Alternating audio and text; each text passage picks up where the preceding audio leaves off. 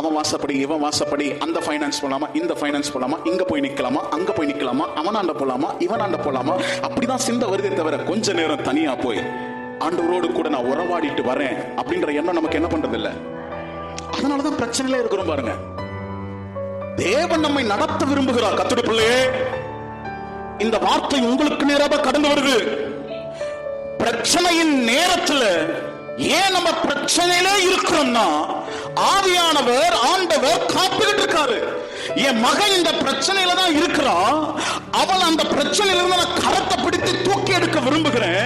ஆனா அவங்க என்கிட்ட என்ன பண்ணல, இன்னும் வரல.